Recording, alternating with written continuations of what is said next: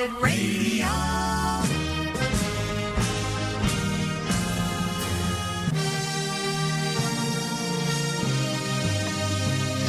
Welcome to the X Zone, a place where fact is fiction and fiction is reality. Now, here's your host, Rob McConnell.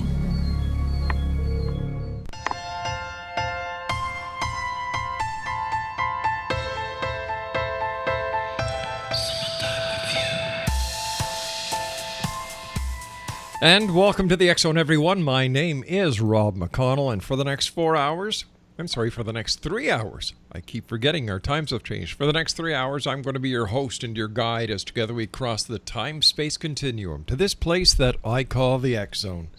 It's a place where people dare to believe and dare to be heard. It's a place where fact is fiction and fiction is reality. And the X Zone comes to you Monday through Friday from 11 p.m. Eastern until 2 a.m. Eastern. Right here on the X Zone Broadcast Network and on TalkStream Live Radio.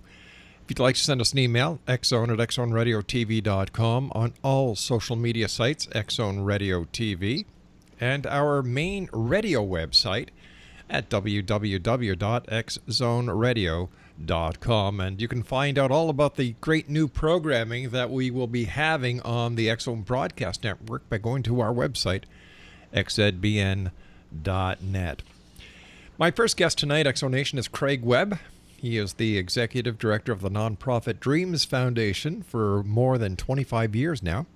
Craig is a McGill University graduate with pioneering dream and lucid dream research at Stanford University and Montreal Sacré-Cœur Hospital. As an author, columnist, and hired invited expert for major motion pictures, Fortune 500 companies, universities, international TV networks, magazines, and so on. He's broadcast and published cutting-edge approaches on dreams, applied psychology, communications, creativity, and the science of mind, as well as interviews with leading visionaries. His empowering trainings have enabled CEOs, celebrities, doctors, professors, best-selling authors, world-class athletes, students, and all others from all walks of life to make profound breakthroughs while having plenty of fun. Joining me now from Montreal, is Craig Webb. And Craig, how are you, my friend? Rob, always great to join you. Doing great, doing a Midsummer's Night Dream. Get to start off the show here. Yeah, you know what? It's great having you with you. Every time you're on the show, I kind of do an out of body and end up in Montreal. You know, around the McGill University, the old memories. Yeah, you know the what was it called? The ghetto, McGill Ghetto, Elmer Street. Yeah, it's still there, eh? Yeah. Good. Little trivia for you tonight. Okay. Exactly, plus 1 hour, but exactly 3 months ago, we spoke and I was on the X Zone. So that's an interesting timing, plus or minus 1 hour. Across the space-time continuum. So what's new in the world of dreamology? Dream research, there's an interesting new study, I guess, exploration, really. It's not a full study yet, in lucid dreaming, where people can realize they're dreaming during the dream while they're asleep.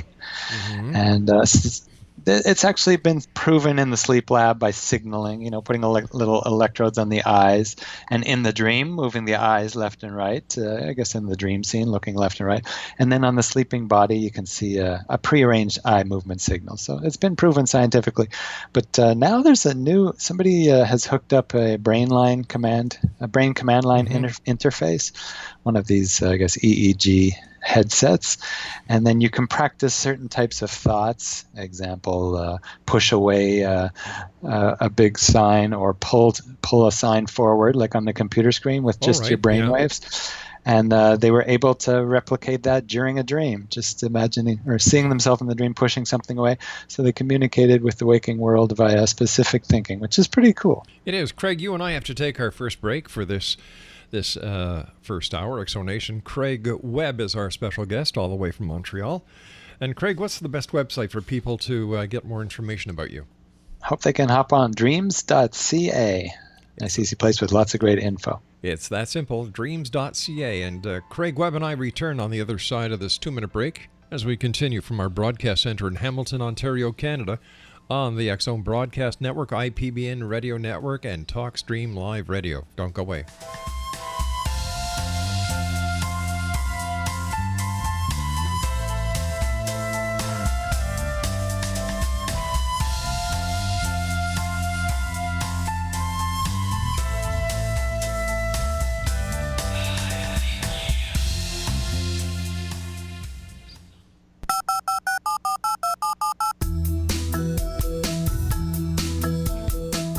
Did you know that when you're on the road with limited data or Wi-Fi, you can still listen to the X-Zone radio show with Rob McConnell, The Science of Magic with Gwilda Wiyaka, X-1, Dimension X, Space Patrol, and every minute of the X-Zone broadcast network by calling 213-401-0080, courtesy of Audio Now.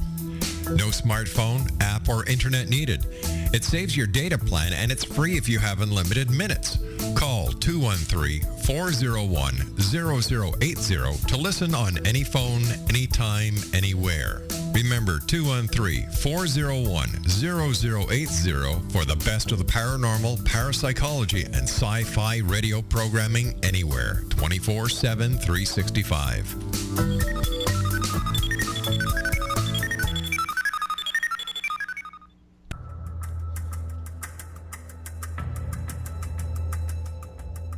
Modern Esoteric, Beyond Our Senses by Brad Olson, consummates the lifeology story about where humanity originates.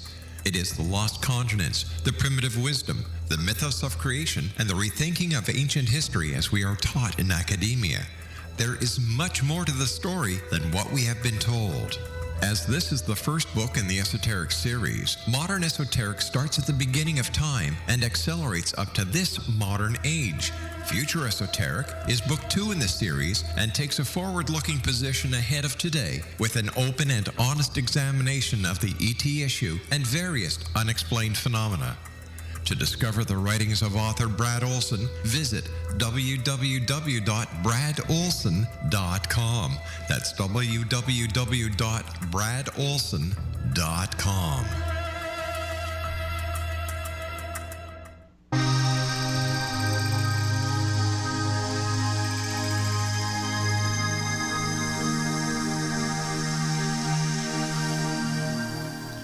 Exonation, Craig Webb is our special guest this hour, www.dreams.ca. Craig, maybe we should go back and try and understand what dreams actually are. So let me ask you this question. What are dreams made of? The stuff that dreams are made of, right? Out of the movie line there.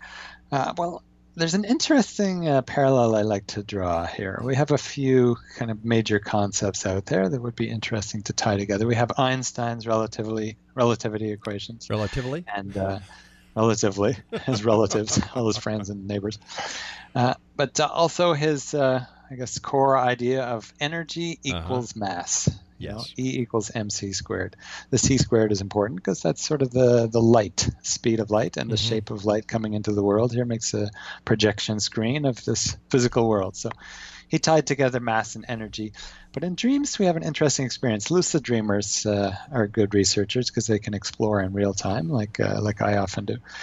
And in some dreams, when I've kind of let the dream go, and just kind of be with it, or consciously send a thought to, the dream weaver, the force behind that makes the dream, to just dissolve whatever is not real.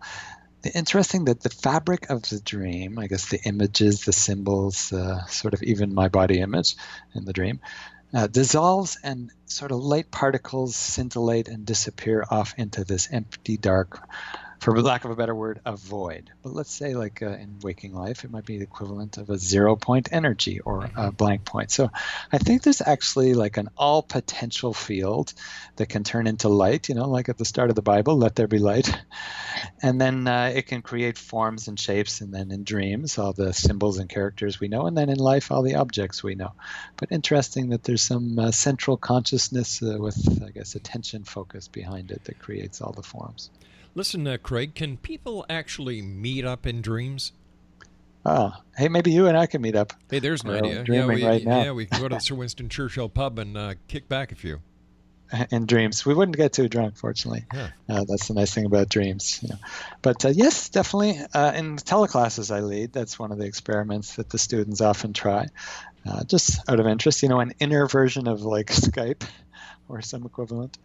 And you don't need special phone lines or high-speed connections. You can just meet on Dreamland. It's not always 100% exactly the same dream, like we would experience a waking moment of sort of two perspectives on the same event.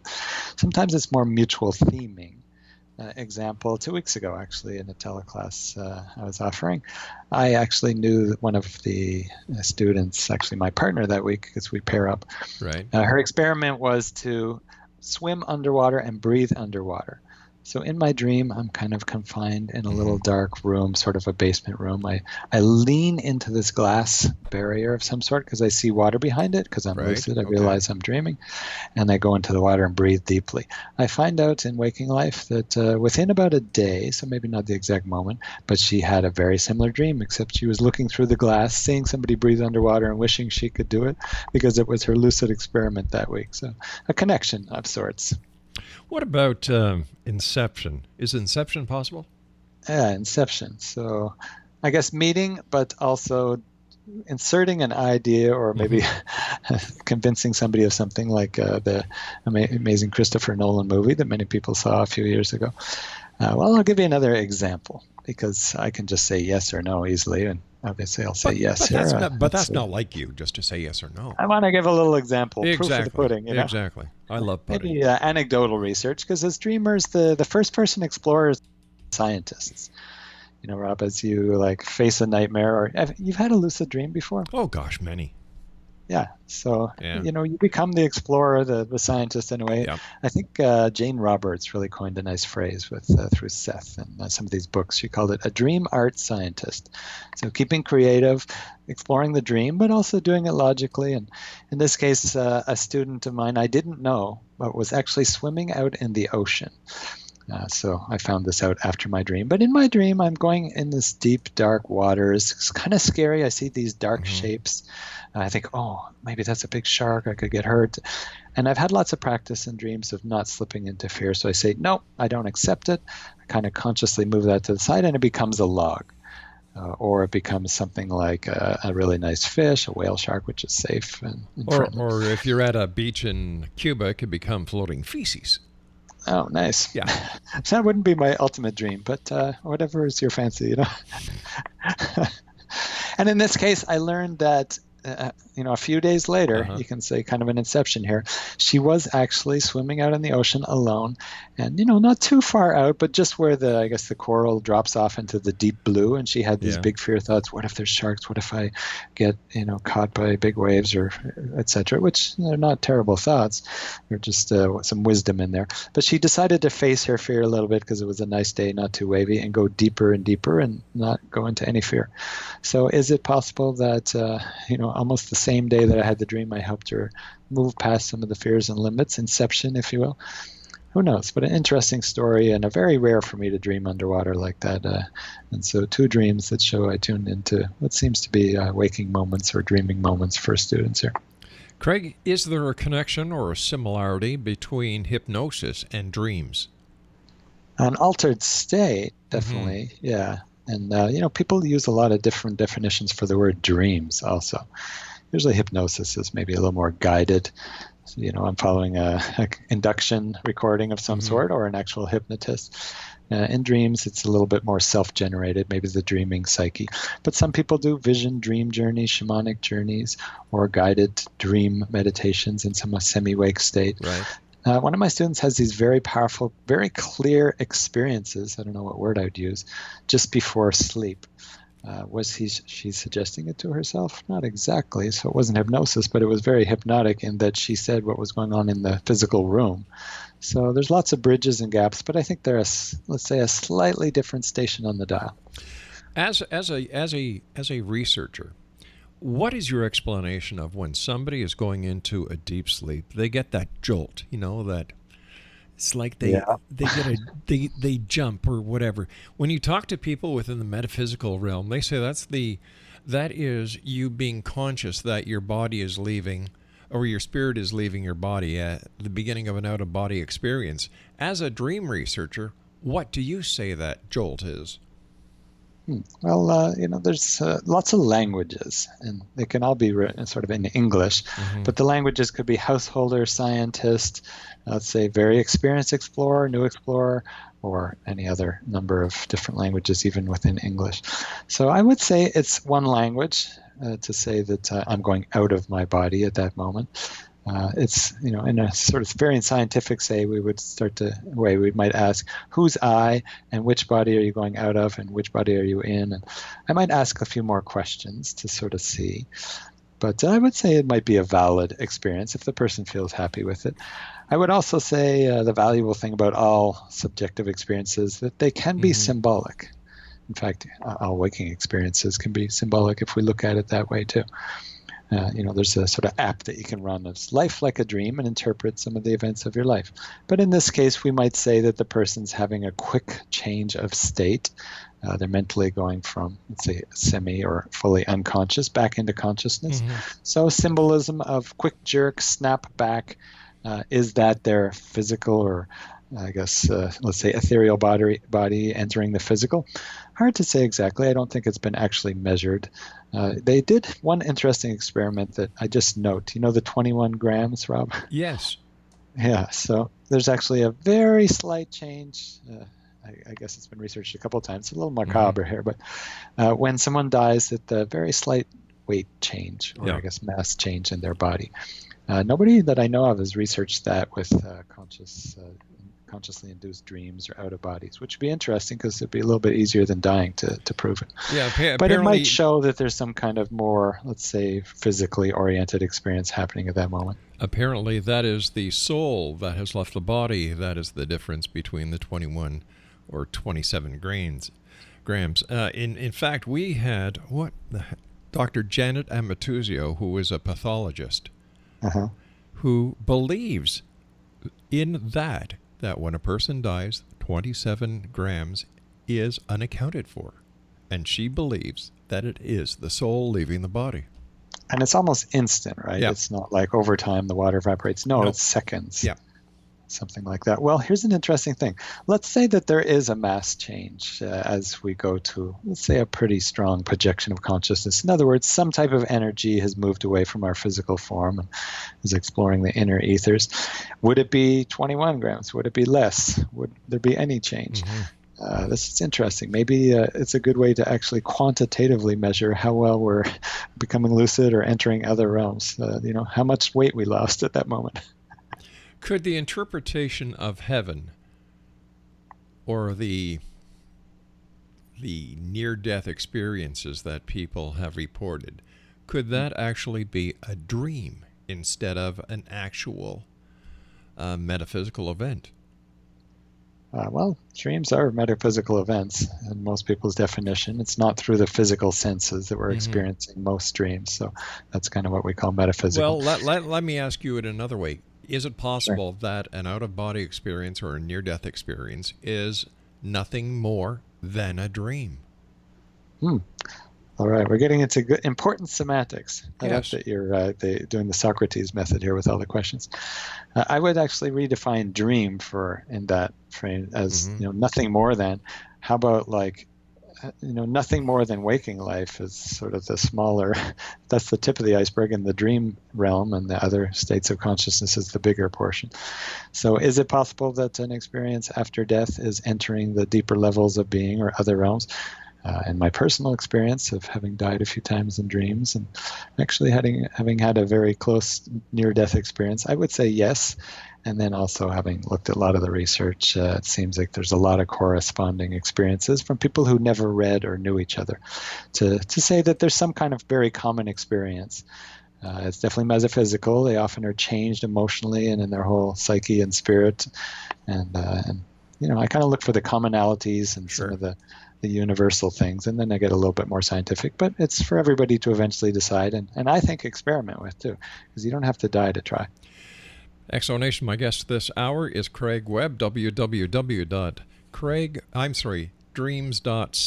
and Craig and I will be back on the other side of this break as we continue investigating dreams here in the X Zone with yours truly, Rob McConnell, on the X Zone Broadcast Network, IPBN Radio Network, and of course, live on TalkStreamLive.com. We'll be back on the other side of this break. Don't go away.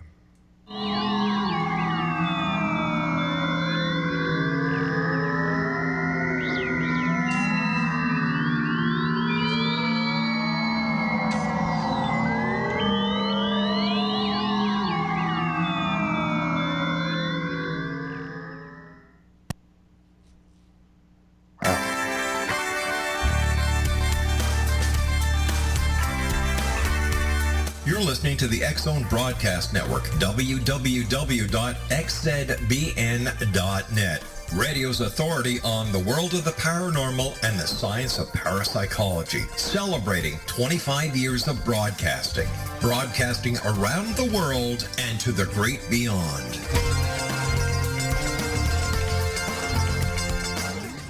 Are you considering calling a psychic to read your situation? Then consider David Champion, a psychic medium for more than 20 years with thousands of readings under his belt. David Champion will make you feel comfortable. He has proven to be honest and accurate. He's a straight shooter. There's no guesswork. What he sees is what you get. While he is a medium, most of the calls focus on relationships. Not only love, but work, school, neighbors, and more. Need help with finding a job and preparing for the interview? Are you dealing with people who are obstacles in your path? For more information, go to davidchampion.com, $1.50 per minute paid by credit card with a minimum of 30 minutes. For your reading with David Champion, call 1-877-702-8598. That's 1-877-702-8598.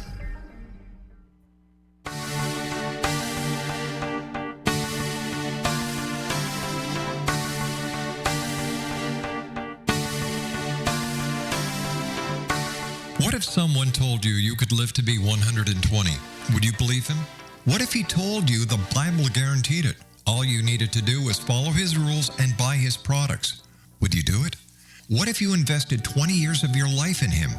What if he tested his substances on your child? What if your child became brain damaged as a result? Meet Dr. Tyler Belknap, a fast-talking Texas admin turned health guru. At the helm of a vast health food and supplement empire, he has established himself as the authority on nutrition and longevity. But what his followers don't know is that his products are laced with bizarre psychoactive substances from genetically modified plants developed in his very own secret lab. No wonder his customers can't stop using them. Tyler Belknap will stop at nothing to keep his edge in the market, even if it means experimenting on children. Chasing 120, a story of food, faith, fraud, and the pursuit of longevity, a novel from the pen of political cartoonist Monty Wolverton, is an easy and entertaining read full of rich characters and intrigue. It hits home in a world filled with all kind of hucksterism and offers a glimpse of what can happen when GMO technology falls into the wrong hands. Chasing 120 by Monty Wolverton. Get your copy today at www.ptm.org/120 or on Amazon.com.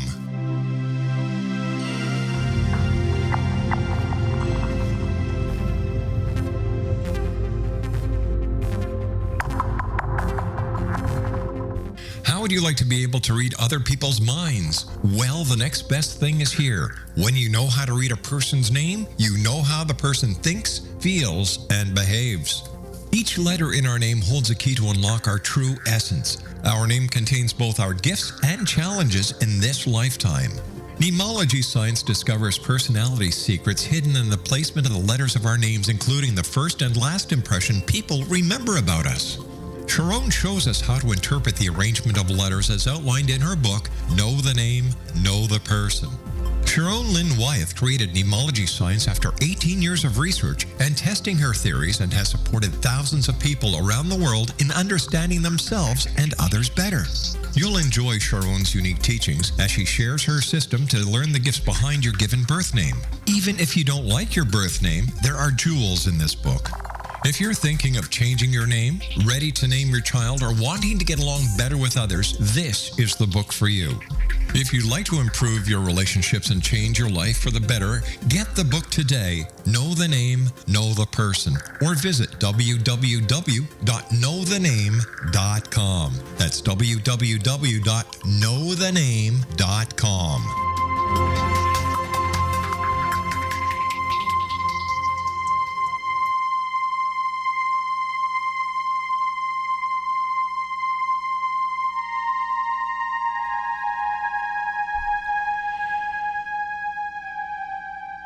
Welcome back, everyone. This is the X Zone. I am Rob McConnell. Craig Webb is my special guest. www.dreams.ca. Still to come on tonight's show. In the next hour, Jeff Danilick will be joining us discussing Our Curious World.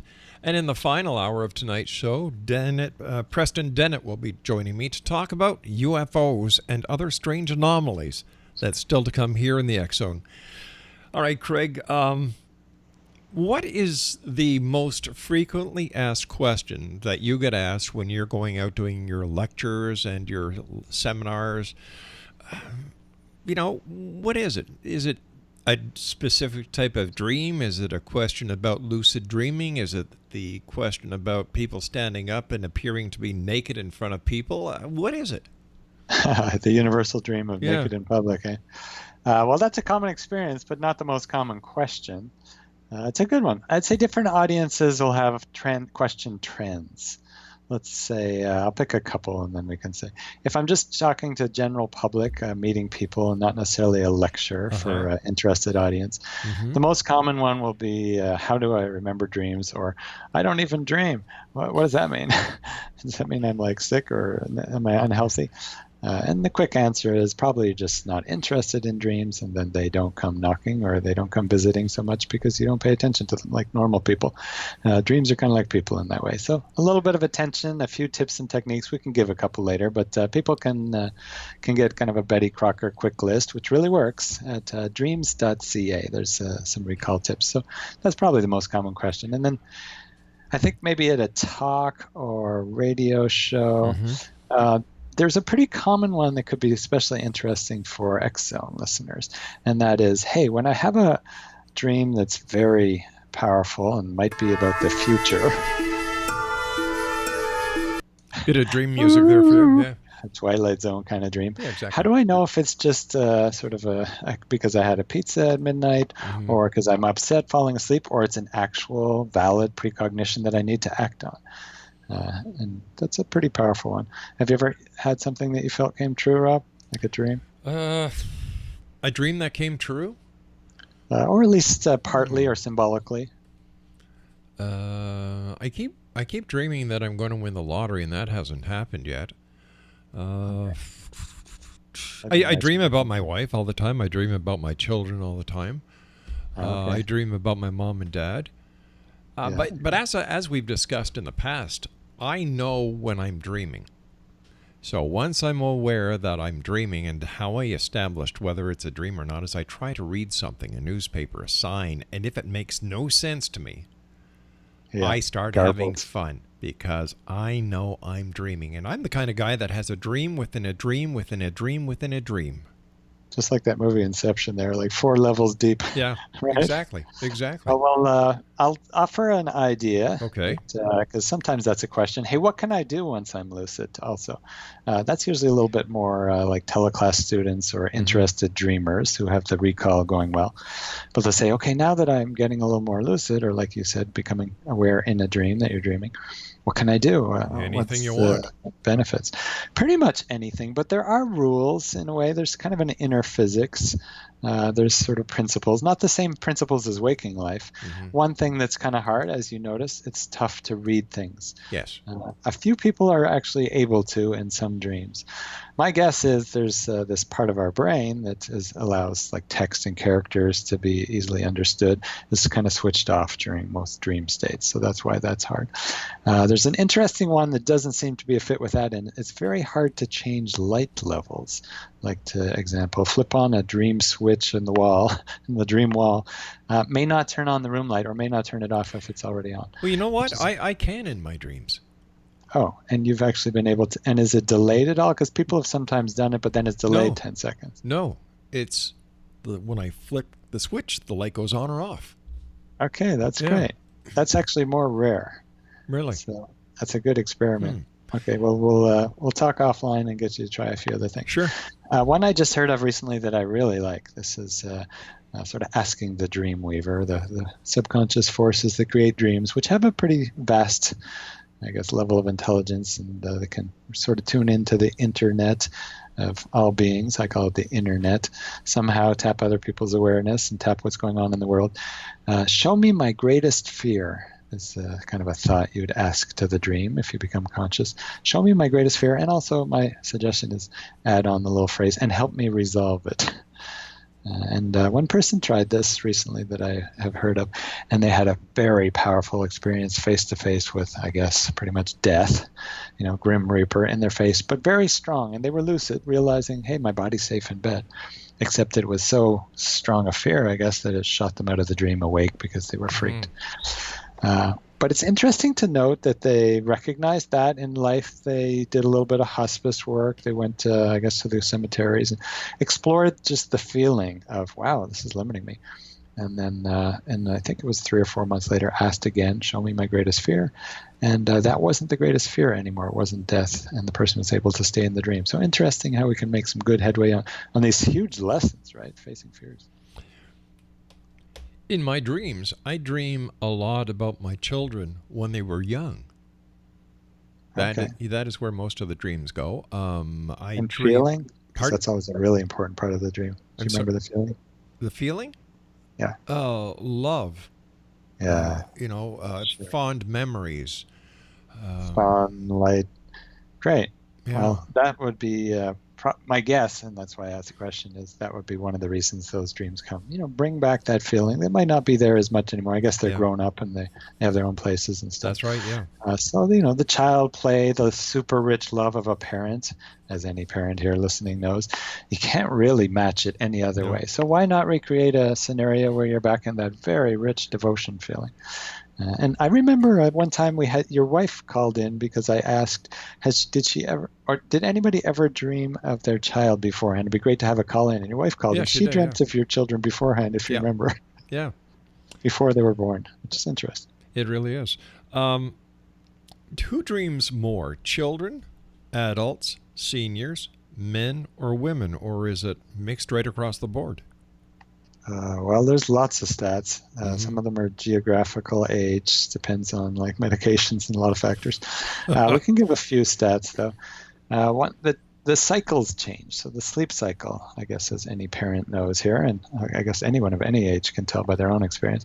But as parents know, children, and especially very young children, are napping very often, or they're awake in the middle of the night if it's a new baby. But they're having these very short cycles of about 90 minutes. Actually, if people would time them, they'd notice they're about 90 minutes, which is a standard circadian sleep rhythm for going a little bit deeper into the unconscious and then coming back out. In the day, and as we grow, I guess, in our lives, become children, adults, teens, the same cycle happens, but a bigger cycle takes over where we're awake most of the day. Although sometimes we tune in for an afternoon nap, or we get a little bit of, let's say, super long overnighter for studying or something, and then we have to catch up the next day. So there's cycles that shift, and as we age, probably there's less learning. And that's one of the big things that happens in dreams. So we have a little bit less actual dream time, or less recall anyways, but I believe a little bit less learning. There's not as much new to learn. And then the sleep cycles are shifted, body temperature changes, there's a lot of circadian changes. So rough answer is probably somewhere in the early childhood when we're starting to learn all kinds of things, except kids don't share their dreams quite as much. But anybody who could keep track of them, even into your old age, you could have a few dreams a night if you wish. People who are in palliative care, or in hospices, or people who are in a coma, whether or not it's caused by an accident, a disease, or induced by the medical profession, do they dream? Yeah, there's interesting variations of types of reports. For example, is somebody who's on the edge of death dreaming when they start reporting certain experiences? Well, it could be many things. It could be the medications, could be that they are having a little bit of sort of mental problems. Yeah. But quite often we see a trend. This is where it gets interesting when you start to see statistics show up trends of what's not too surprising a theme.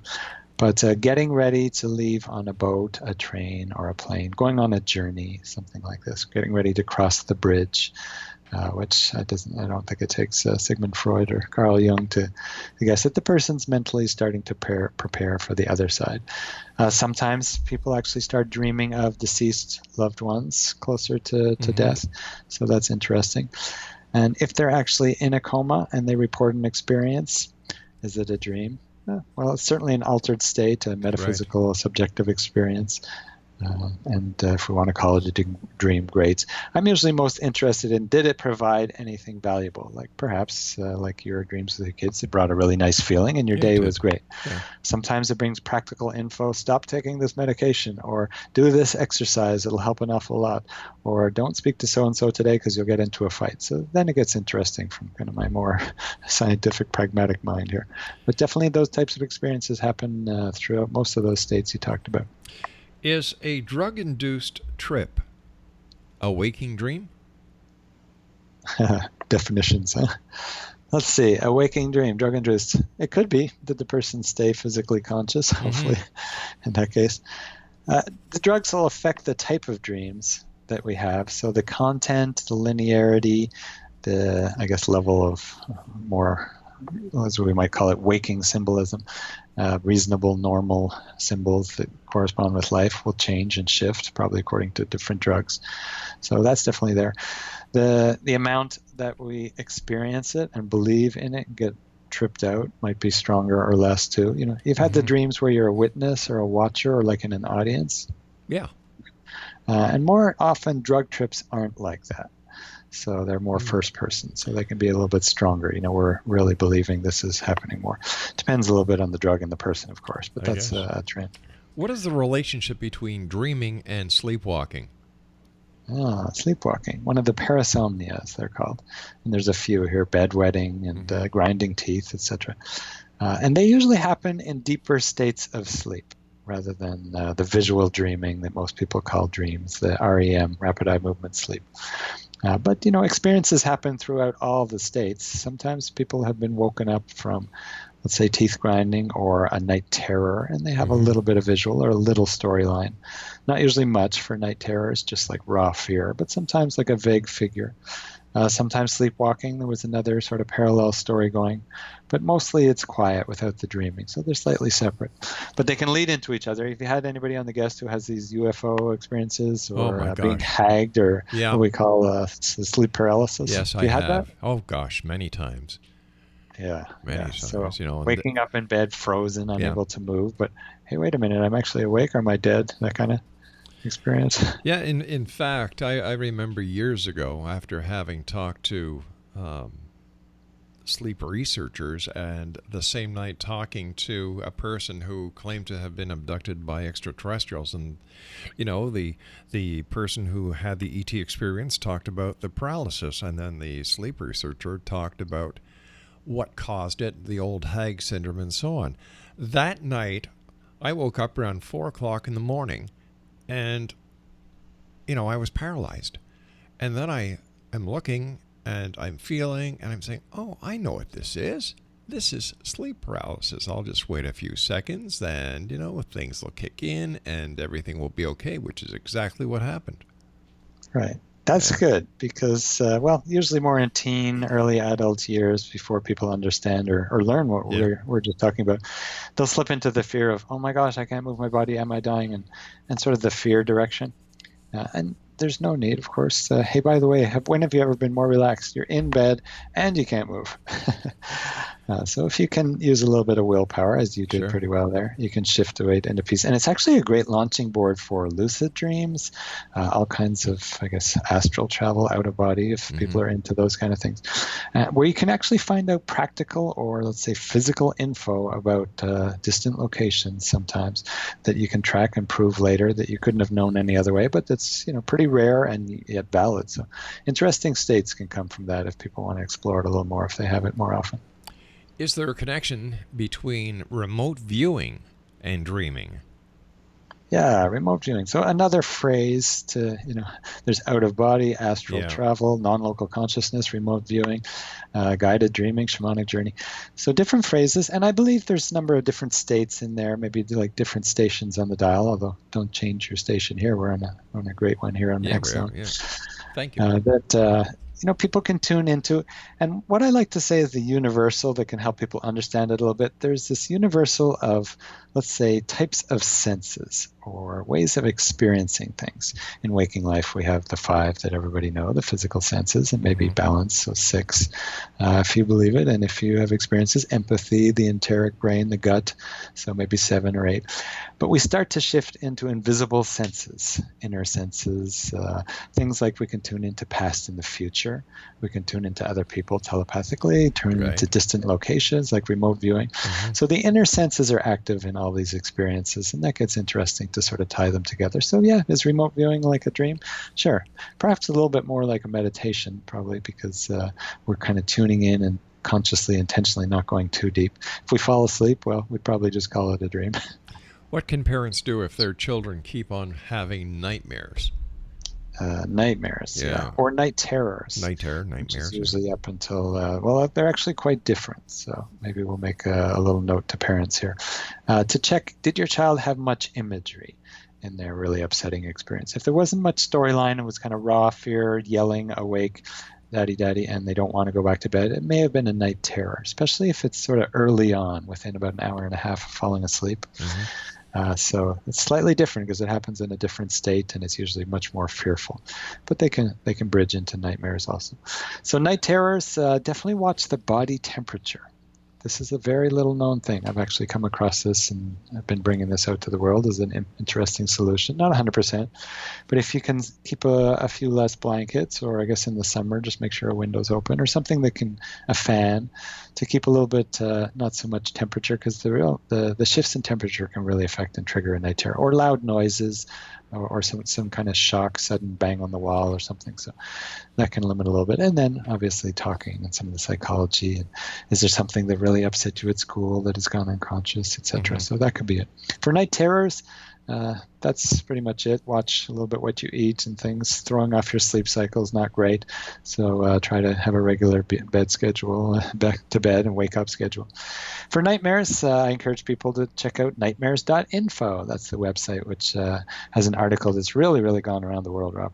That one's been read. I would rough estimate, I'd say 10 to 50 million people have really enjoyed the idea behind that. And I feel so grateful because it's very valuable. Nightmares are great if you use it like the warning it's meant to be. Something's out of whack, something's being warned. Maybe there's a future decision, so you're getting a bit of a precog warning. Right. Or maybe it's just like a past pain that you haven't healed and it's coming back and telling you, you better get rid of this unfinished business because it's limiting you in your life. It's probably choosing fear. I better get to this commercial break, or else I'm going to be in doo-doo with the networks. Exonation, Craig Webb is our special guest at dreams.ca, and Craig and I will be back on the other side of this break as we continue here in the X Zone talking about dreams. In my book, the only difference between a dream and reality is simply doing it. I'm Rob McConnell. We'll be back on the other side of this break. Whatever you do, don't go away.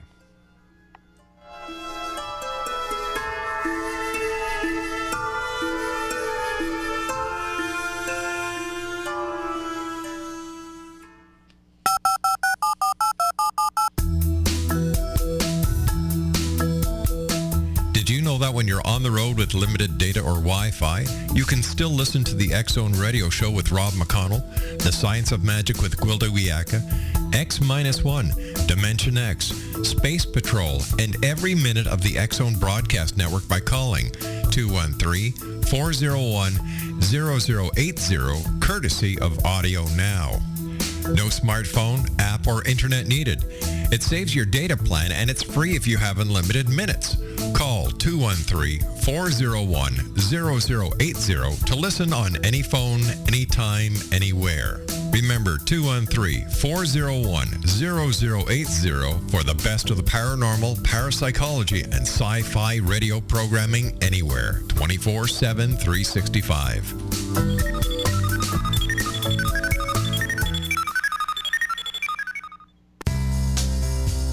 Gibbs A. Williams, Ph.D., is a practicing psychoanalyst, supervisor, researcher, and author in New York City.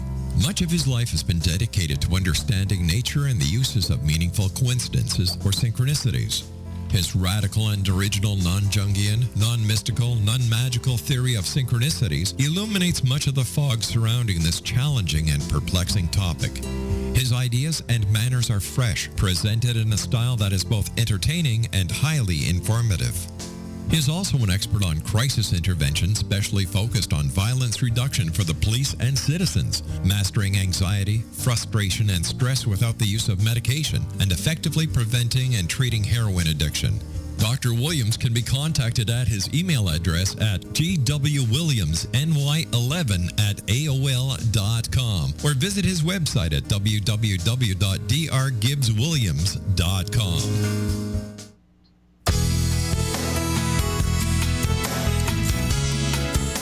With each new extreme weather event or terrorist act, it becomes increasingly obvious that we live in uncertain and challenging times.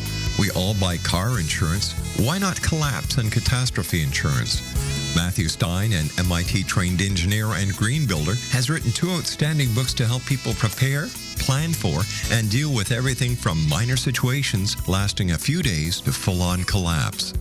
Matt's first book, When Technology Fails, is a manual for self-reliance, sustainable living, and surviving the long emergency. This massive book covers the gamut from first aid and emergency preparedness to alternative healing, renewable energy, primitive living skills, and 18th century technologies that could be critical to your comfort and survival in a long-lasting crisis. Matt's second book, When Disaster Strikes, is a comprehensive emergency preparedness handbook and survival guide. When Disaster Strikes is an essential item for every family's go bag. Both books are available at all usual sources. There's a wealth of totally free information posted at whentechfails.com, and author-signed copies may be purchased at mattstein.com. That's www.whentechfails.com and www.mattstein.com.